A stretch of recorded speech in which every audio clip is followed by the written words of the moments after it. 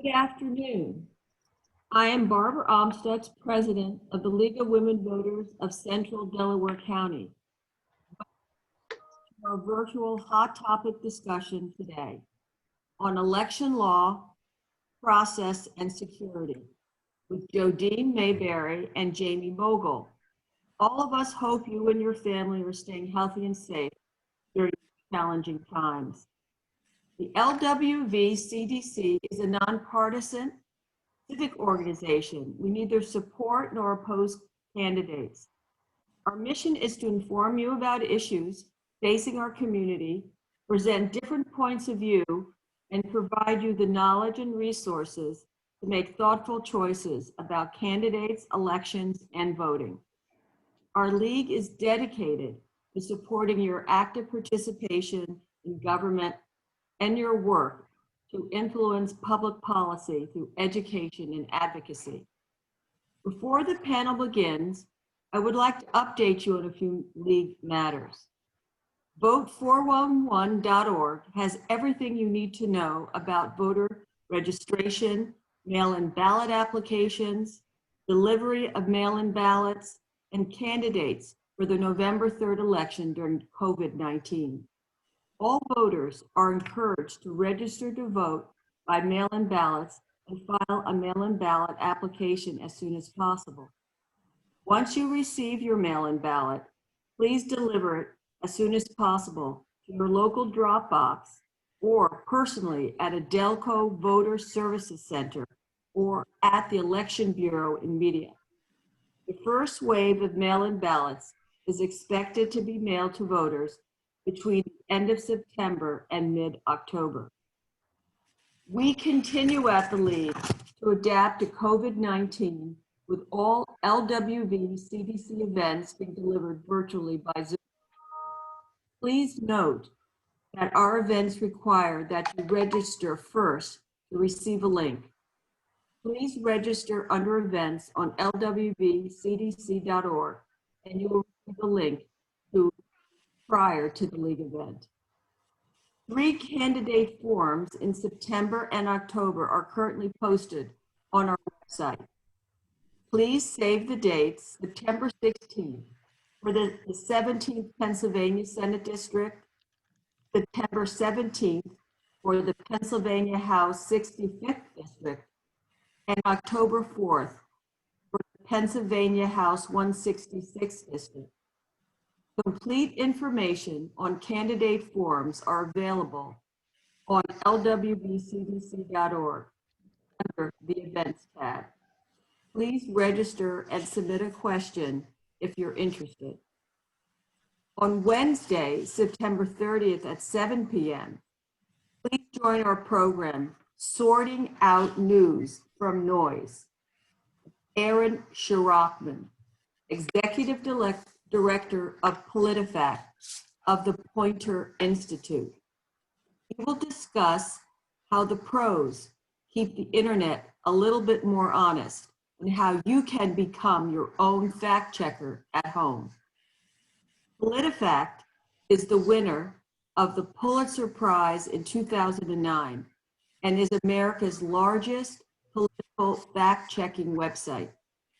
This session will provide a presentation by Aaron and ample opportunity for questions and answers. Now, just a few housekeeping details about Zoom. We have muted all participants during this program. Many of you have provided questions prior to the meeting. The questions we received have been very comprehensive on a wide range of issues. Share these questions with our presenter prior to the event. However, if you have questions that have not been addressed today, please contact Jamie and Jodine directly to answer your questions. Their emails will be available in the chat function. We will be recording this meeting and the recording will be posted on our website for viewing on demand. Our presenters today are dedicated League colleagues: Jamie R. Mogil, election rights attorney and voter services chair of the LWV of Lower Merion and Narberth, and Jodine, a writer for Westlaw Journals on legal affairs, and our LWV Delaware County board member and our editor of the Voter newsletter.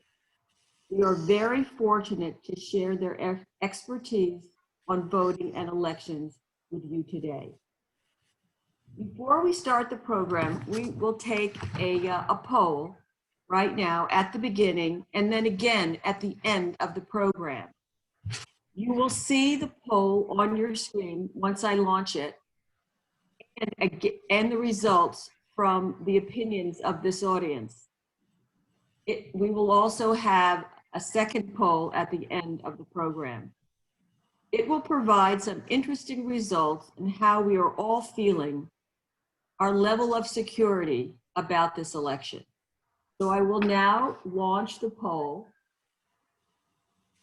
And if you could click what level of security that you feel. The question is, how secure do you feel about our elections in November? And if you could pick a question, one of the answers, and let us know how you feel.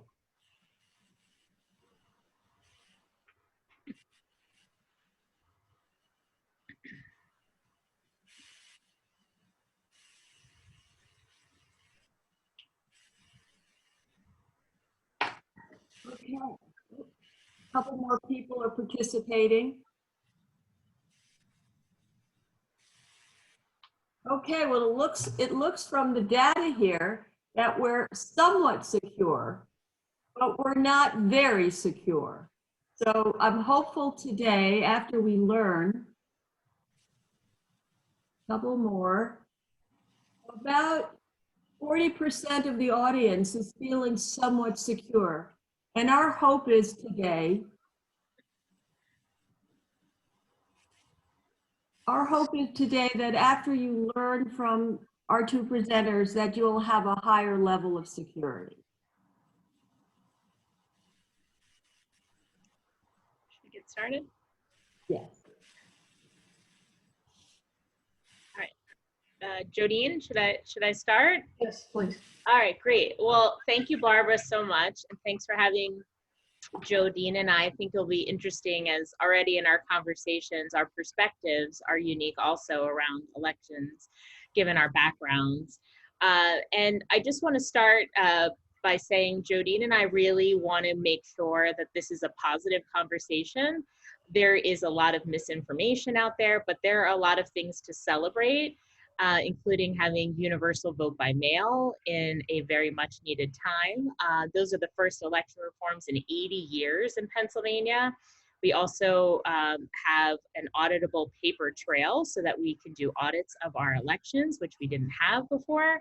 So these are all things that we'll keep coming back to and trying to celebrate the wins, because there's a lot of misinformation out there, a lot of anxiety.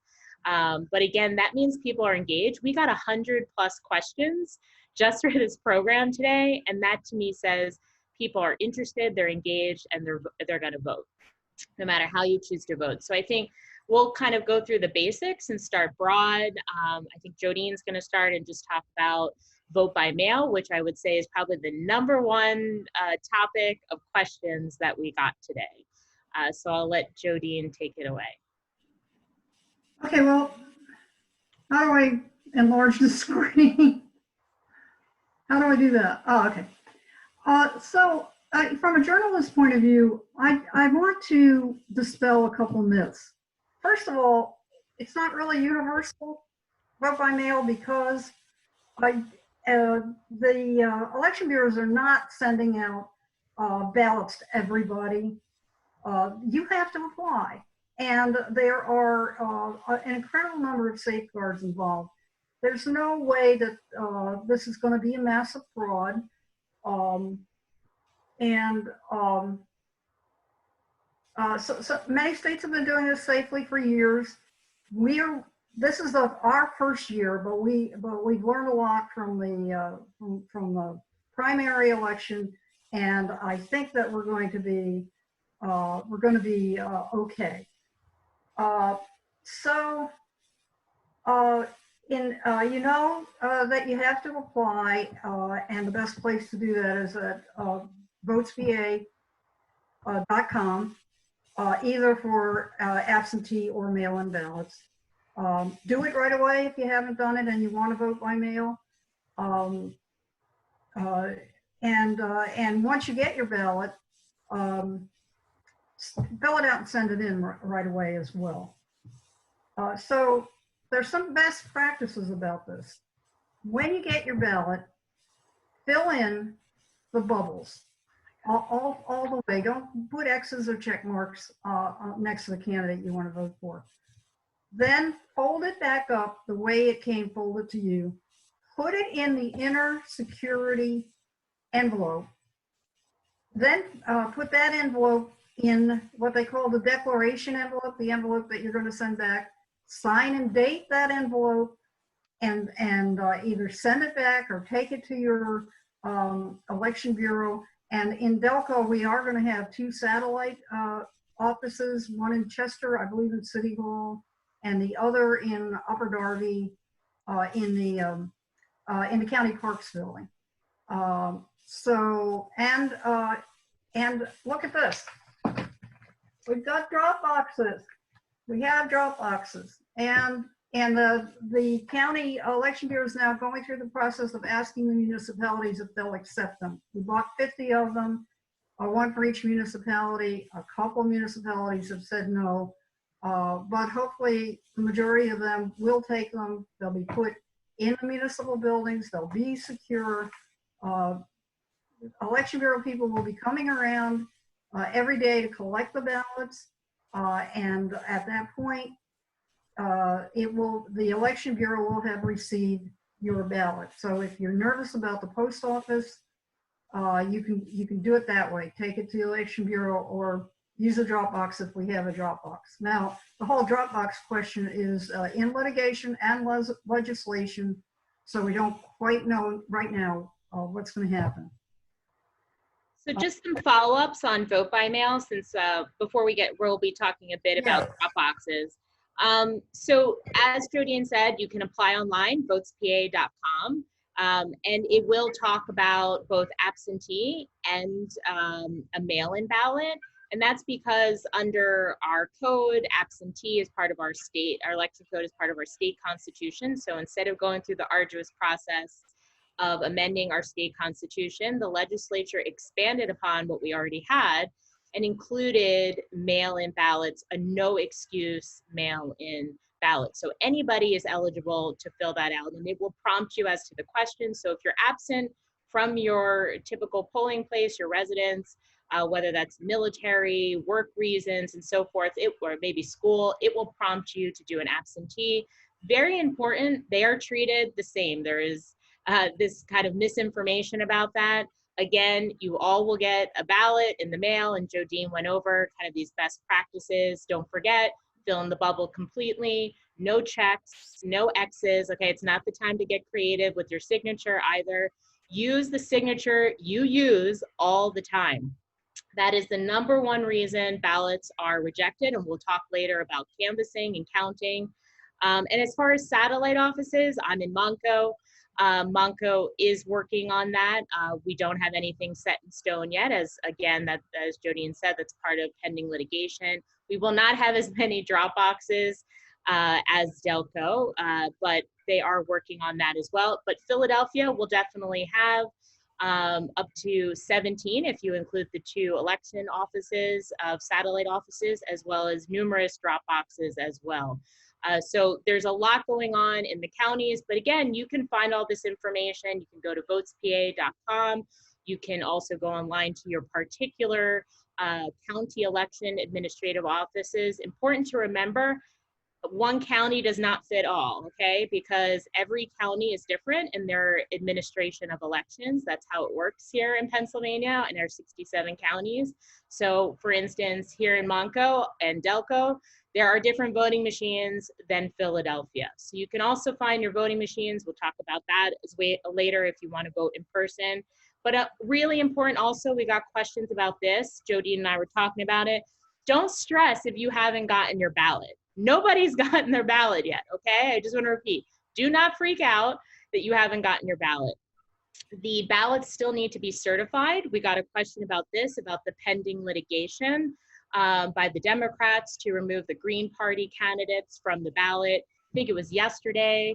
I tweeted that the decision from the Commonwealth Court that the Democrats' challenge was denied, but they are likely to appeal that. So we have to wait for this process to play out before the ballots can be certified.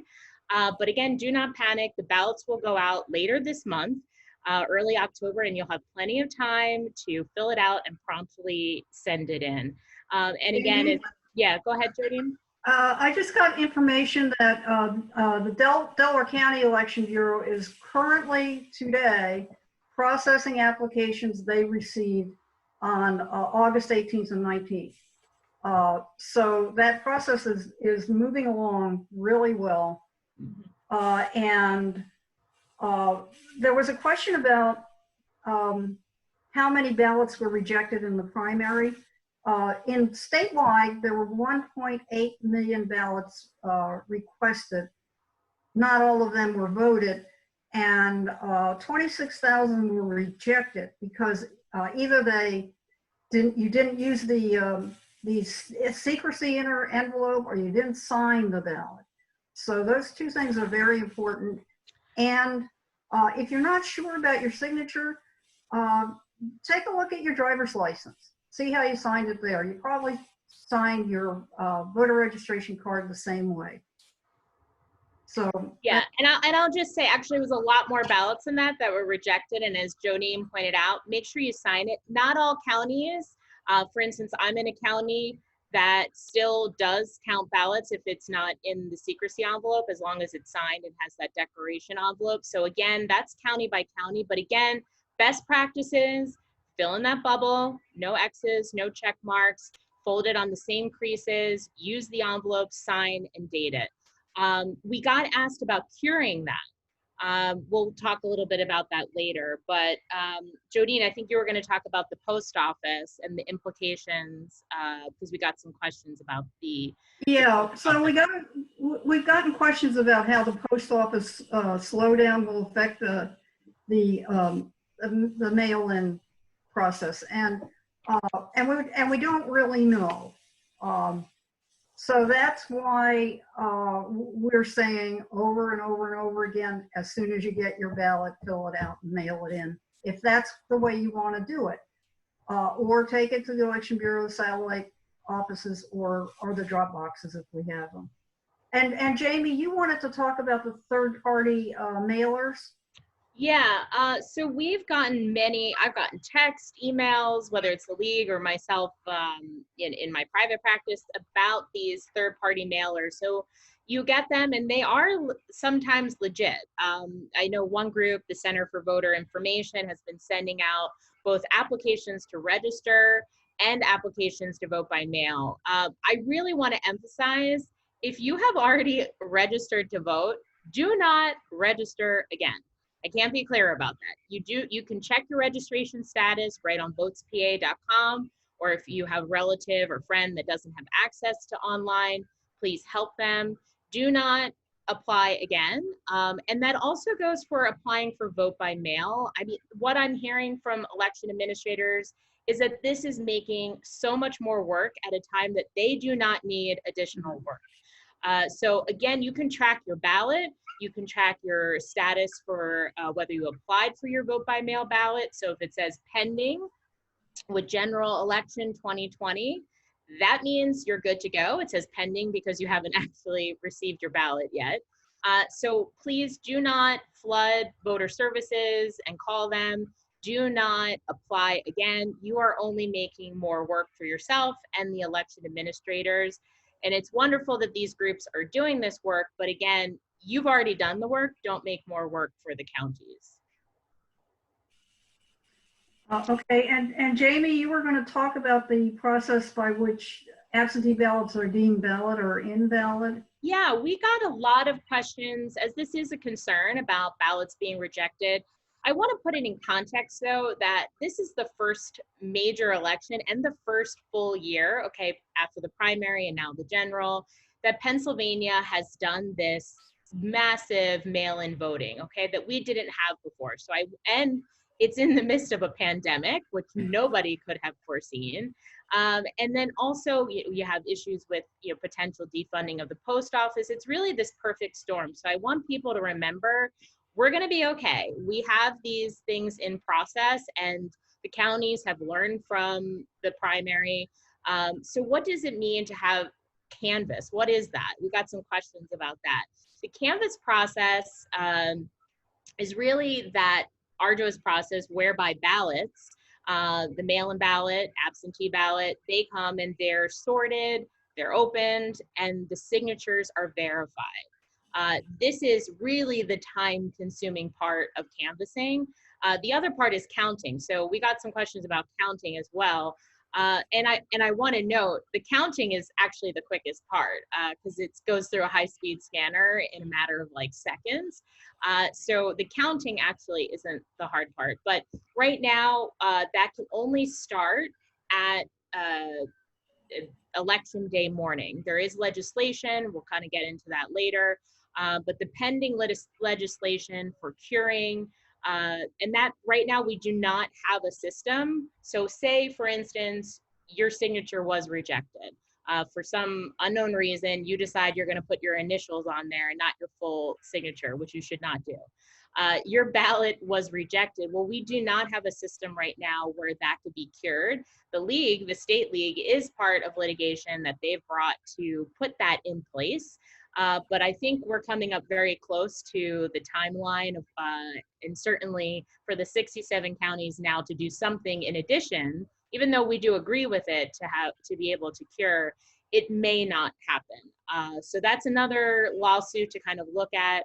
And then there's also poll watchers. So they're not just at the polls, but they're also they are observing, and poll watchers are for the parties. They're certified. There is a residency requirement to that for the county and for a candidate, not just for the parties. And they're observing the process by which the county canvasses and counts the votes. I know in Delaware County, it's a great example. They, on their own, chose to have cameras in every single room in which the counting was done. And I think as an elections attorney, that's absolutely fantastic because it's showing it's a transparent process. There's nothing to hide, and it's open not just to poll watchers and observers, but it's open to us as the general public to know that our votes are secure and being counted as part of this process. And if I can add about the ballots themselves, this is not a case where someone can get the bright idea of sending for a mail-in ballot and then photocopying 100 of them and trying to vote them. Because that mail-in ballot has a barcode on it that is unique to that ballot. So if somebody sends in 100 duplicated ballots, only the first one that goes through the scanner will be counted. All the rest will be rejected. So there's no danger of that. So I guess this is a good place to talk about voting in person. Yeah, I'll say quick, we got some comments here. I was referred to look back at the chat. I'm doing my best to moderate and look at this too, Jodine, as we're okay. All right, go ahead. We've had some comments from Carol about no ballots will be thrown out. Yeah, Carol, that is true. There is a process by which, and it's to keep ballots, not throw them out, okay? But there is a process for signature verification. There are best practices for signature verification that the counties have with guidance from the Department of State. So yes, it's not an automatic, if it doesn't exactly match, that it's thrown out. There is a process for that, and that's why we have observers like poll watchers and so forth to make sure that it's not automatically thrown out. But it is the most common reason because some people, I'll tell you this, they just forget to sign it. Like they seal the envelope, the postage is paid, and they just send it off and they forget to sign it. So we're just emphasizing here, don't forget to put that signature. Oh, so go ahead, Jodine. Okay, so about voting in person, our Delco Election Bureau, I don't know about Mico, but ours is putting back in place the polling places we had before the pandemic.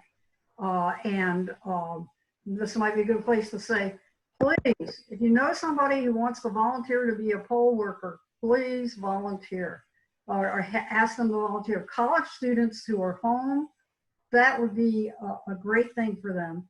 And our county has really good incentives to do that. They're going to pay you $100 for taking the training, which will be online, and then they're going to pay you $140 for the day, $150 if you're a judge of election.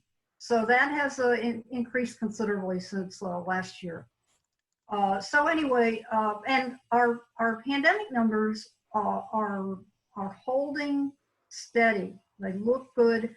I think that if you observe social distancing and wear a mask, and if the polling place has separate entrances and exits, that the risk for voting in person will be very low. And in fact, I volunteered to be a poll worker, even though I'm old, because I think the risk to me would be pretty low, and I really feel like it's a duty that I have to perform. So anyway, so at the polling places, you'll go through the same signing of the poll book that you did before. Then you'll be handed a paper ballot. You fill in the bubbles again, fill them in completely. And then you take them over to the scanner. There will be the scanners will be in the polling places this time. And you feed it into the scanner. Once that's done, you have cast your vote. The scanner counts it, and those counts will be going to the Election Bureau at the end of the night. So, Yeah. Jamie, yeah, you're going to talk about what if you change about mail-in voting. And I'll just say, if you're watching this and you're not in Delco, but even if you are in Delco, because you're going to have new machines, you can go to votespa.com and actually see a simulation of your voting machine. So it's actually pretty simple. You fill in the bubble, you put it into a scanner. But if you're in Philadelphia, you have a different type of machine. That's a ballot marking device. So it looks like a big touch screen. I won't get into the security of that, as we are at the league in favor of hand-marked paper ballots. But the reality is you can still see that simulation no matter your county. You click on your county and it fills you in how to use the machines, whether it's a ballot marking device or it's a hand-marked paper ballot, which Delco, Monco, we use. And I am a poll worker too. So, and I worked in the primary, and it is an option, right? So this is another thing I know my family, it unfortunately has become a partisan issue. You do you, is what I tell people. You don't want to vote by mail? Great. Just make sure you vote. And by the way, you can check where your polling place is on vote. Exactly. So not yet, because they're still arranging polling places, but I would say in a couple of weeks, you'll be able to go on votespa.com and check where your actual voting place is. Right, and we did get a bunch of questions about vote by mail and then choosing to go in person. So I thought I'd go through all the different scenarios.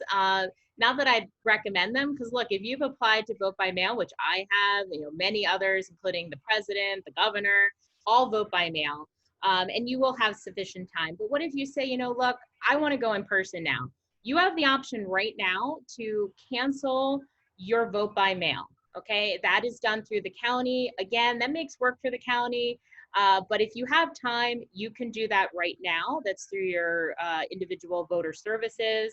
But maybe you're going to get your ballot and you decide later on, I want to vote in person. So you're going to take that ballot and the declaration envelope. Okay, so it's not just the ballot, but it's the declaration envelope as well. And you are allowed to go in person. We got some questions about this. This is part of Act 77, those voting reforms. I was on the state board for the league at the time. And this is really important, that you should be able to remit your ballot and vote on a machine. So not a provisional ballot, but on the machine. So if you bring that unmarked ballot with the declaration envelope, you turn that in, you will be able to vote on the machine. So what if you don't have your ballot? You know, this unfortunately, it may happen. Let's hope it doesn't. You always have the fail-safe option to go into your polling place and say, I voted by mail, I never got my ballot, I want to vote. Now, this would be the instance where you would have to vote provisionally. And then we got some other questions. People are concerned because unfortunately, this is some more misinformation, that you can vote twice. No, you cannot vote twice. I mean, Jodine and I were like laughing about this. It is illegal, okay? You cannot vote twice. And this will only create more work for a poll worker. This is not some checks and balances because our system already has that. That's the barcode that Jodine was mentioning. And provisional ballots are reviewed through a process. So when you come into the polling place and you say that you vote by mail, there will be what are called supplemental lists. So I, as a poll worker, I can tell if you're not in the poll books, but you're on a supplemental list, I can tell that you've applied to vote by mail. So that you should not, unless you have your ballot with you, with that declaration envelope, you shouldn't be voting on the actual machine. You should be voting provisionally. So there are a series of checks and balances in place. Do not vote twice. Do not make more work for everybody. And please do not give in to misinformation campaigns, because that's really what they are. And don't go to your polling place and say, I want to verify that my mail-in ballot has been counted, because they can't do that. That won't happen. You know, that's all being done at the Election Bureau. And that, again, just makes, you know, even trying to do that makes more work for the. Yeah, and Carol's mentioning here, Christine Ruther said last night, you have to bring that, that's the original envelope, is that declaration envelope. It is part of the election code now, part of Act 77, that to remit your ballot, it can't just be the ballot itself, it needs to be that declaration envelope. So must include that. But you know, we're getting into kind of this misinformation, and that really leads us to election timing. We got a lot of questions about the timeline and counting, and maybe I'll let Jodine, I'll let you kind of get into, you know, the more specifics about, is it election day or are we talking after election day? Well, you know, we really don't know at this point, but with all of the, I mean, this is the first year that we've had this widespread mail-in voting. And the anticipation is that we're not going to have, especially in the county surrounding Philadelphia and Pittsburgh, the large population counties, we're not going to know election night. Somebody out in Elk County where they have 17,000 people in the whole county, they'll go to the poll, they'll have their election results election night, but we probably will not. It may be election week or even election month. And that's where, you know, Jamie says, take a deep breath. And we know that that the candidate who appears to be winning on election night is going to declare himself the winner, run into the courts, create all kinds of havoc. We know that, but both parties know that, and both parties are prepared for it. They have hundreds of lawyers waiting to step in there. But you know, we really don't have to have our ballots counted until the electors meet, which I think is like December 8th, December 9th, somewhere in there. Are you talking about the presidential race? Yeah. Yeah, okay. Yeah, I mean, I just want to emphasize that's okay. I mean, I think Governor Ridge, former Governor Ridge, he had this great tweet. He's part of a bipartisan group for Pennsylvania on election security. And he said, look, it's not going to happen on election day, and that's okay, because we want to emphasize secure, accurate results and not rush inaccurate results. There's a lot to be done here, but there's a lot learned from the primary. You mentioned Allegheny County. Well, Allegheny County sent every registered voter an application to vote by mail, and they got their canvassing and counting done in the matter of 24 hours. So we know it can be done. So there's a lot of best practices to be learned from there, but there's also the understanding that we live in this culture where we expect, we watch all these shows and we see the countdown, the electoral college votes, and that may not happen for Pennsylvania, and that is okay. Deep breaths, you know, it's no longer election day in Pennsylvania. We're starting election weeks, months ahead of November 3rd with our process for vote by mail. And this is exciting. I mean, look, the counties have hired new staff. Like we were talking about that in Delaware County, Montgomery County, Philadelphia, having additional equipment, high-speed scanners, letter openers, making sure you have the space to canvass and count. You know, there's already over 1 million vote by mail voters now in Pennsylvania when I last checked. So that's really going to increase. And Jamie, we know right now that the counting cannot start until 8 a.m. on election morning. I believe it's 8 a.m.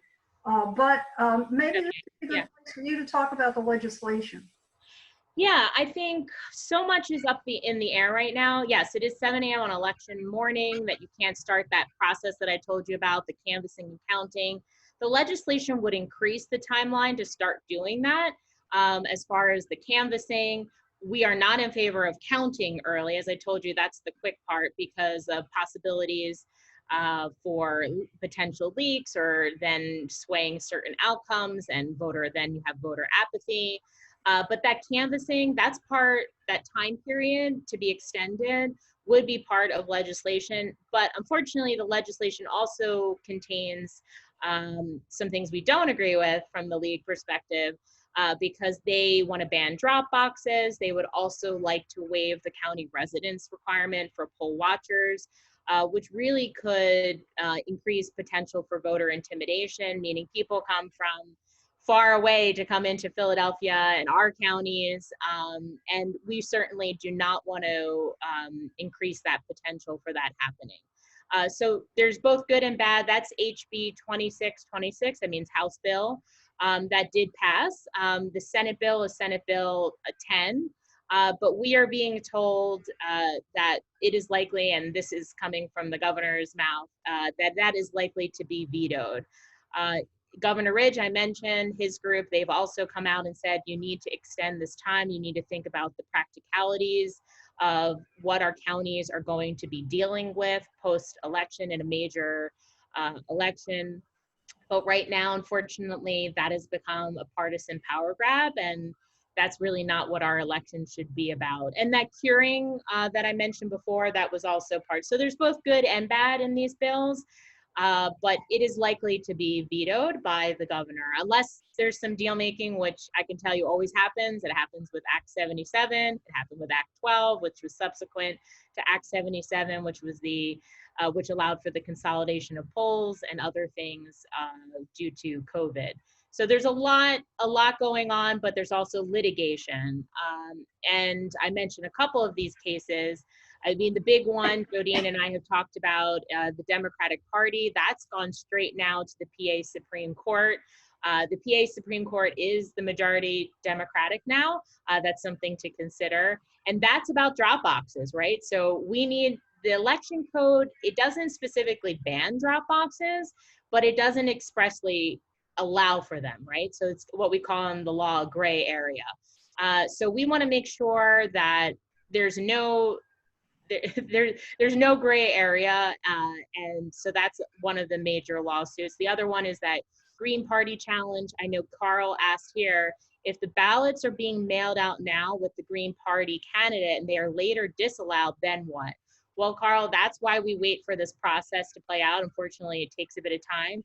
But if it was something like, I know in my county, Elizabeth Warren or Tulsi Gabbard, a lot of these candidates were still on the ballot, and they would not be counted, Carl. So even if somebody did fill in the bubble or use a ballot marking device and choose that candidate, they would not go toward a conclusive candidate winning or losing with those votes. But that's why we go through the process, and hopefully that will be resolved before the ballots are printed. Yeah, so let's talk about how each of our counties is preparing. I can talk about Delco, and they've done a gargantuan job. They moved the VAC office, the counting and the sending out the ballots to to the wharf in Chester so that they would have more room. They purchased 2 or 3 high-speed counters. They are hiring all kinds of people. I believe Christina Iacona was just hired by the county. Yeah. As I don't know, she's in one of those jobs. And she is The poll worker coordinator. okay. And they bought the drop boxes in case we can use them. And they're recruiting poll workers like mad. And Jamie, you told me about something about poll workers in Monco. Yeah, Monco also had to learn there was some mistakes made in the primary. I would say number one, they got a new contract for a printer, and I know it's same for Delco, as you all were printing in-house and no longer will be doing that. So Monco has a new contract for a printer, a couple of mistakes made there. And we also made hires specifically around overseeing vote by mail, to oversee poll recruitment, training, and placement. So similarly, and then also making sure we have the right equipment, letter openers, high-speed scanners. This will be really crucial come that canvassing and counting. And then the staffing, yeah, the poll worker, you know, our leagues, we are pushing big time, whether, I don't care what county you're in. I mean, it's part of our push to make sure that we fill the void for election day for those who would still like to go in person. The average age of a poll worker is 65 plus, I believe. So you want to make sure people, even if they're immunocompromised and they're in these elected positions, it's really crucial to have a functioning polling place, that you have a judge of elections, that you have the majority minority inspectors, that you have a machine operator. And I got some very good news that Monco, our push is really working, because we now have over 3,000 new poll worker applications. Now, of course, they have to process all of those, and they're working on that. But I tell people, be patient. They have and that's the same in any county. It's great people are applying. You're not going to get an answer right away, as they're looking as to where the holes are to fill, and then also, will there be some location changes? Like, I know if your polling place is in an elder care facility, a senior living facility, that is not going to have a polling location there. So there's just some things for health and safety reasons, but they're trying to keep that consolidation to a minimum. I think there are very few polling changes, both in Delco and in Monco. So I think we'll get back. Do you want to get back to the drop boxes? I can talk a little bit later about. I wanted, maybe this is a good place to talk about what the League of Women Voters is doing, particularly in terms of voter security, but also in registration forms, all of those things that we're all working hard on. So you want to tell us about Lower Merion?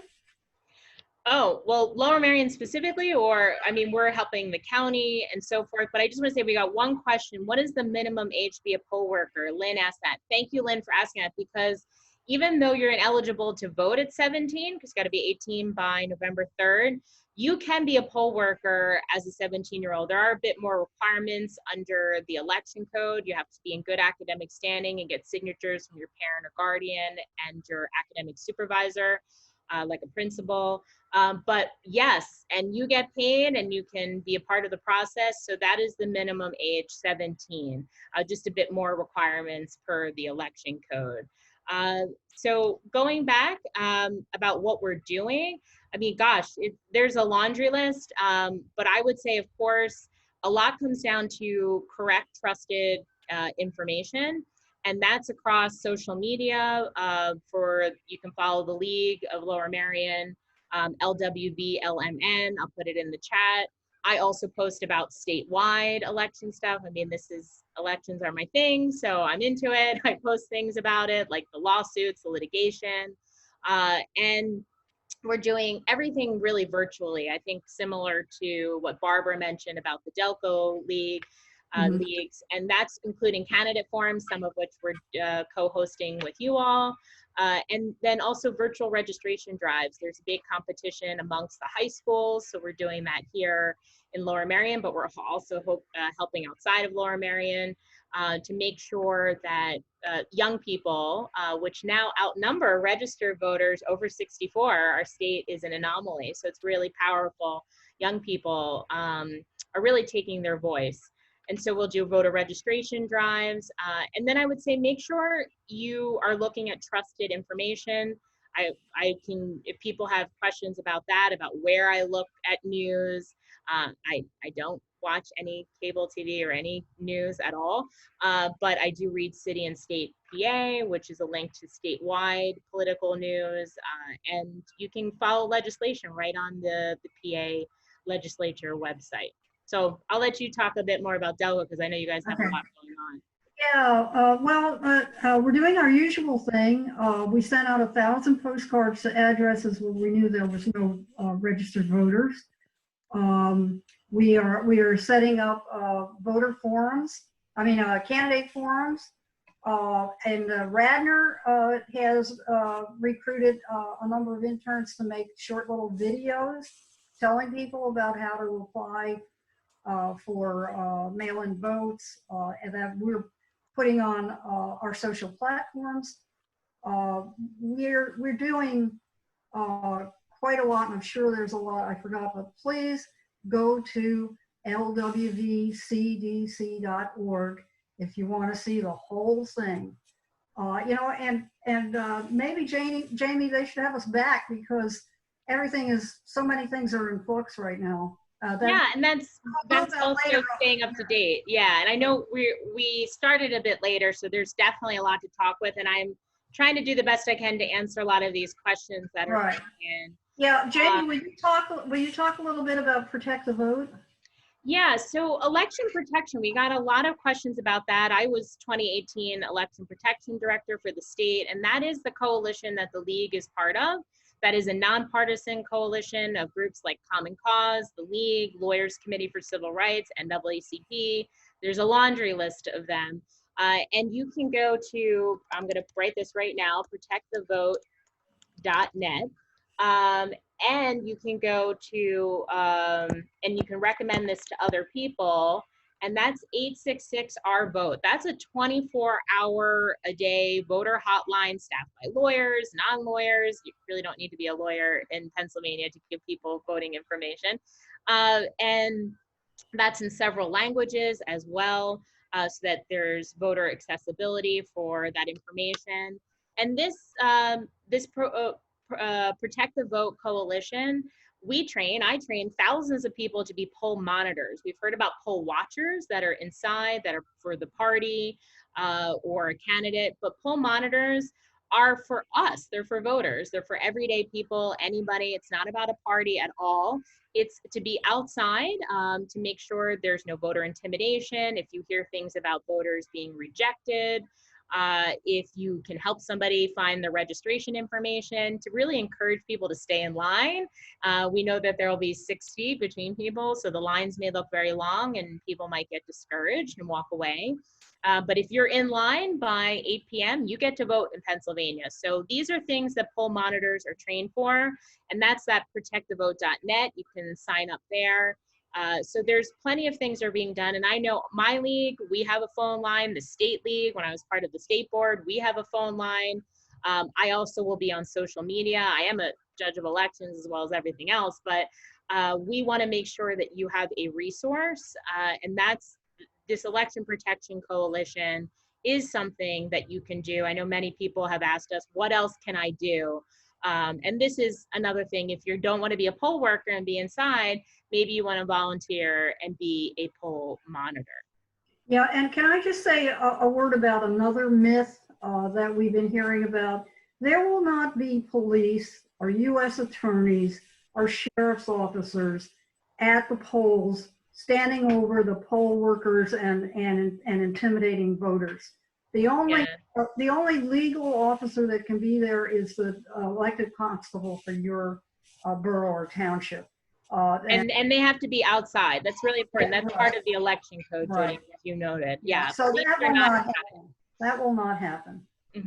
Yeah, and I think also, I just want to note also, we got some questions about the foreign interference, the attempts to interfere with our elections. And I wouldn't say they're attempts, they're a reality, okay? But again, we're talking about what we know and what we can do. There is this election protection coalition, as I mentioned, but much of that interference, that so-called hacking, that is made up.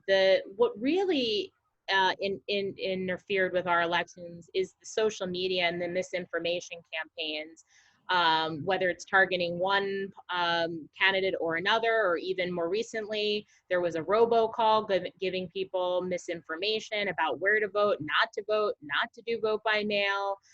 So it's really important to cut through that misinformation, and that's a lot of foreign interference. But I also want to say that the county and the DOS, they are Department of State, when I say DOS, they are in contact with Homeland Security. You know, all of this comes down and is part of a much larger framework. As somebody I know who works in election protection, there is information that comes to the 67 counties if there's some kind of attack or alert, but we have an auditable paper trail. I want to point that out to people. We have a way to do audits of our elections, and we know it worked because it was done. A risk limiting audit was done of our primaries and came back overwhelmingly confirming the results of our primary. So that's something we never had before. So you should feel these are good steps. These are good things that are in place to prepare us for election day. I know Barbara's coming on. Earlier this year.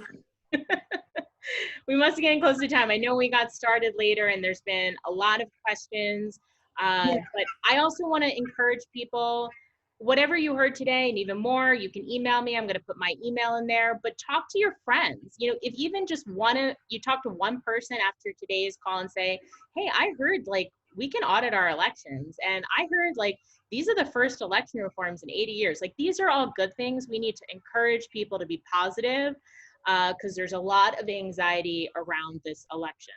One quick piece of information about the drop boxes. There will not be drop boxes at the polls as there was for the primary. And that's for the simple reason that the votes that are cast at the polls will be going through the scanners. So they won't have drop boxes. If you think you can bring your mail-in vote in there and drop it there, you can't, unless you want to get it voided. Yeah. And then vote. Yeah, and then also quickly, we got a question about the concerns about the safety of drop boxes. It is important under PA law, only you can drop off your ballot. There is a waiver should you need to drop one for somebody with a disability, but only you can do that. So, you know, this idea that they're not secure and that people are stuffing ballots into there, I want us all to remember that the majority of the United States does not vote. Okay, so this idea that people are going to be taking extra time to, you know, stuff a ballot box, you know, it could happen, but that's why we have that checks and balances, the barcodes, the tracking, the ballot tracker for your mail-in ballot. The verification process. It's not voter fraud. The only voter fraud in voter fraud is that people keep talking that there's voter fraud. Okay, so I want people to remember that this is all about accessible voting, and drop boxes relieve the burden from the post office. They are another safe alternative to voting.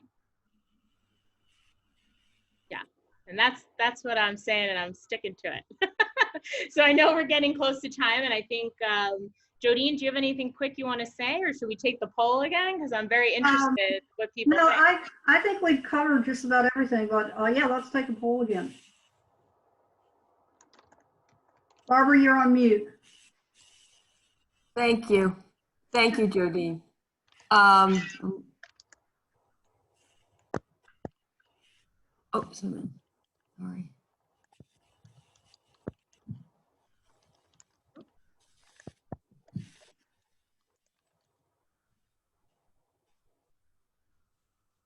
Okay. So everybody vote.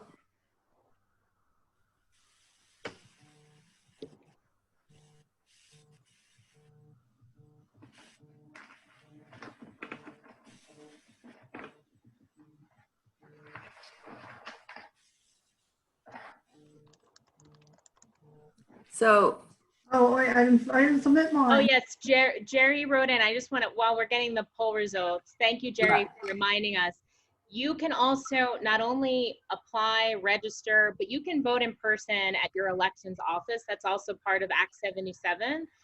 So yes, and you can drop off your ballot. If you got your ballot, you can go right to your elections office. Here it's Norristown, there for you in Delco. So that is always an option.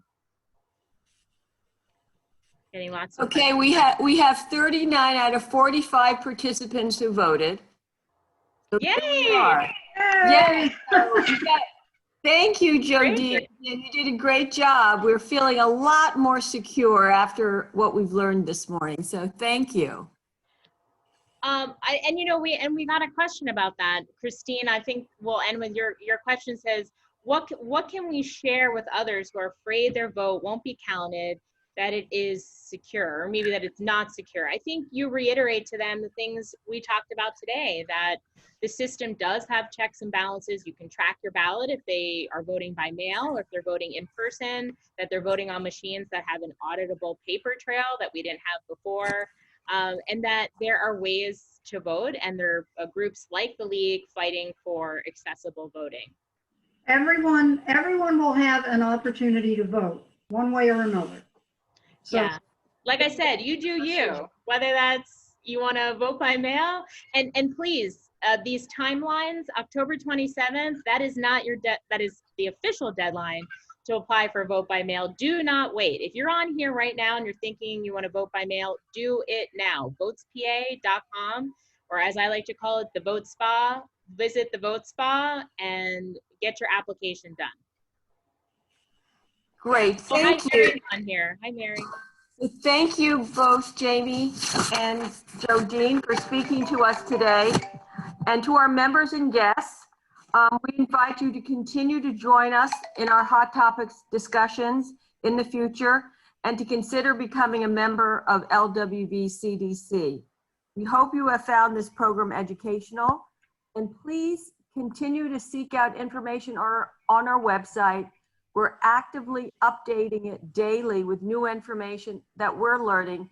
As Jodine said, a lot of this information is still in flux and is being confirmed daily. So we are putting all this information online at our website, so you'll have easy access to these updates. One further point is that there will be these voter services centers throughout Delaware County, and these will be full service centers that you can go to for questions, as well as bring in your ballot, as well as check your registration. And, you know, this is going to be a major support for the residents of Delaware County, and we're urging you to utilize these centers. And information on these centers will be available on our website as soon as we have further information. So thank you all today. And we hope to see you at our next Hot Topic discussion, which will be on the 30th of September with Aaron Shirachman from PolitiFact. That will help us understand how to source truthful information and how we become better educated and informed voters. So thank you all, and see you on the 30th. Take care now. Thank you, Jamie. Thank you, Jodine. Bye. Thank you, Bye. everybody. And go vote. Go vote. Go vote. Go vote. Thank you. Bye-bye.